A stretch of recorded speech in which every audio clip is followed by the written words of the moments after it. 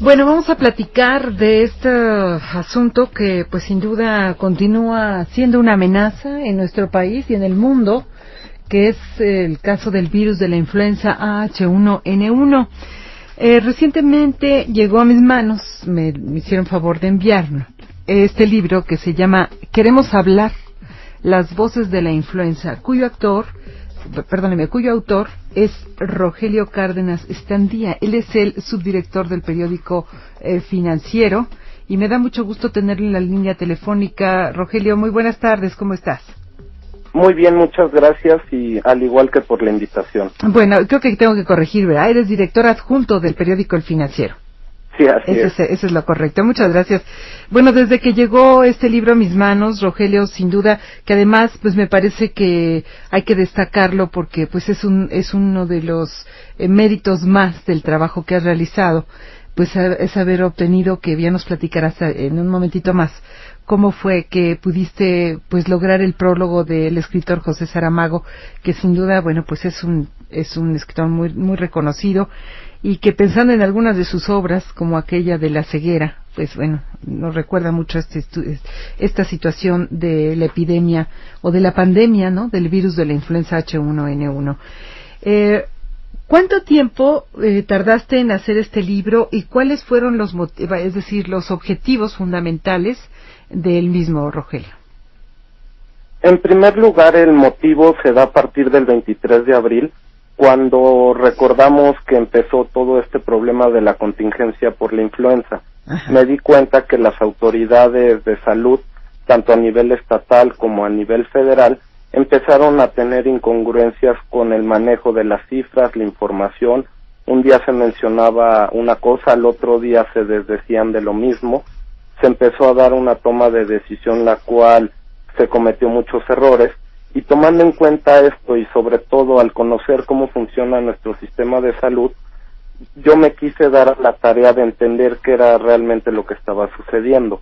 De ahí porque a lo largo de casi 2 meses, a partir de cuando empieza la contingencia, yo estuve visitando los hospitales del gobierno del Distrito Federal, el Estado de México y del gobierno federal. Primero porque esto me permitía abarcar una amplia área geográfica, al igual que poder estar en las zonas donde se encontraba el mayor número de fallecimientos y de contagios, y en tercero y muy importante, poder evaluar bajo una misma circunstancia el actuar de 3 distintos gobiernos de otros colores partidistas. Ajá. Esto me permite llegar a estos centros de salud y evaluar desde la raíz cómo funciona nuestro sistema, porque la mejor forma de hacerlo es estar en contacto con los centros de salud, claro, los hospitales, para ver bien a bien cómo funciona y sobre todo porque es el primer contacto que tenemos los ciudadanos con este sistema. Claro, bueno, yo creo que ese es el valor fundamental de este libro, de este trabajo que he realizado. En el momento que esto detonó, ir a los lugares en donde realmente pudiste lograr hasta incluso crónicas, porque, bueno, así se plantea en el libro, de los casos que tú fuiste observando.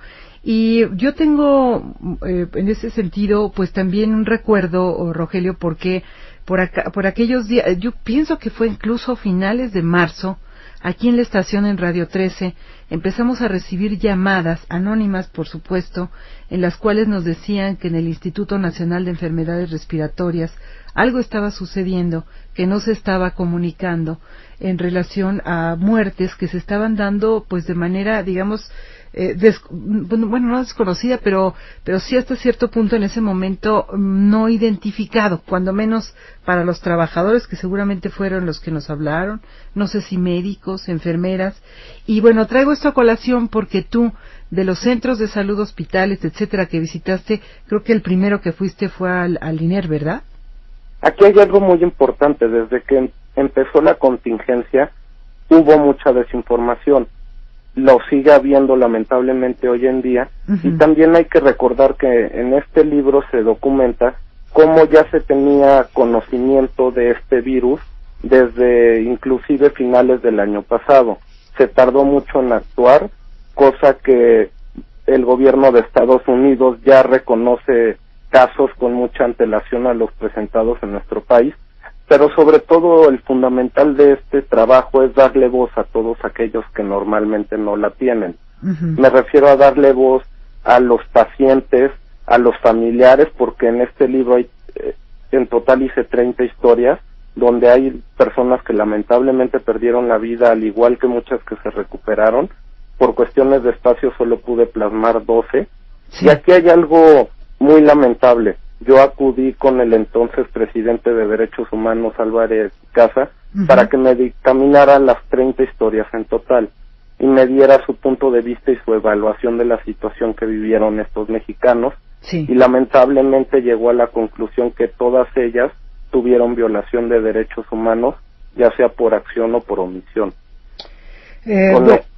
Con lo cual se permite poder hacer un escenario. Aquí hay algo muy importante: no hay que generalizar que todos los hospitales son buenos o malos, que todos los doctores de la misma manera, pero sí se tiene que hacer un cambio. Yo reconozco que no soy especialista ni un doctor en el tema, sé lo que me dicen mis fuentes, y de ahí porque también busqué darle voz a todos aquellos que tampoco se les da normalmente, que son los científicos y doctores, porque en nuestro país cuando alguien, un científico o una persona dice algo que va en contra del discurso oficial o es un punto de vista distinto, no se le hace caso, y es lo que estoy buscando aquí. De igual manera invité a colaborar a la Facultad de Medicina del Tecnológico de Monterrey, sí, y a LEGAP, que es la Escuela de Graduados de Administración Pública, para que hicieran un caso de estudio de la contingencia que se vivió en el país, al igual de las historias que yo plasmo en el libro, y ellos llegan a la conclusión de que para que realmente todo cambie, se tiene que reformar en su totalidad nuestro sistema de salud, así como la política pública. Bueno, sin duda, eso ya como quien dice, podrían hacer un poco las conclusiones de este libro y de esta investigación que ha realizado. ¿Nos permites en este caso, Rogelio, pues pedirte que pudiéramos ir a digamos un poco a traer al recuerdo y a esta conversación el primer caso con el que tú hiciste contacto de una persona infectada? Recordamos que en aquellos días terribles, pues todos nos preguntábamos, ¿conoces a alguien que esté enfermo? ¿Conoces a alguien que tenga este virus? Y de todo el mundo decía, yo no conozco a nadie, no es cierto. Aparte, pues entró esta parte de negar, ¿no?, la realidad, y tú en ese sentido, pues tuviste esa oportunidad. ¿Cómo fue ese primer caso? ¿En dónde? ¿Y cómo fue tu contacto? Yo pedí autorización para poder acudir a los centros de salud, donde yo visitaba las zonas que estaban segregadas para los pacientes con influenza. Ahí me ponía en contacto con los pacientes y después les daba seguimiento en sus hogares. No todas las personas a las cuales contacté estuvieron de acuerdo en hablar conmigo. Claro. Yo creo que en total debí de haber establecido contacto con unas 70, 80 personas que lo padecieron o sus familiares, y en el caso que alguien falleció. Sí. Y realmente es algo muy importante. Mucho criticamos en nuestro país cómo se daba el actuar de gobiernos extranjeros. Por ejemplo, que cerraban los aeropuertos, a las personas con pasaporte mexicano las segregaban y las aislaban. También querían cierre de fronteras y muchas acciones cuando no nos damos cuenta que en nuestro país acabamos haciendo algo muy similar. Hubo gente que tenía miedo de decirle a sus propios familiares que estaban contagiados. Por ejemplo, en el libro viene un caso de una señora que vivía con sus hijos. Sí. Y por este desconocimiento, a la madre, que ya era grande, la sacan a que durmiera en el patio por miedo que tenían. Del contagio. Ajá. Hay otros casos como el de la primera historia que yo realicé, que es de José Luis. Cuéntanos esa historia un poco, recréala un poco, y bueno, obviamente pues solamente una, para que pues público que nos está escuchando pues tenga ese interés en leer tu libro. Queremos hablar las voces de la influenza, que sin duda está muy interesante.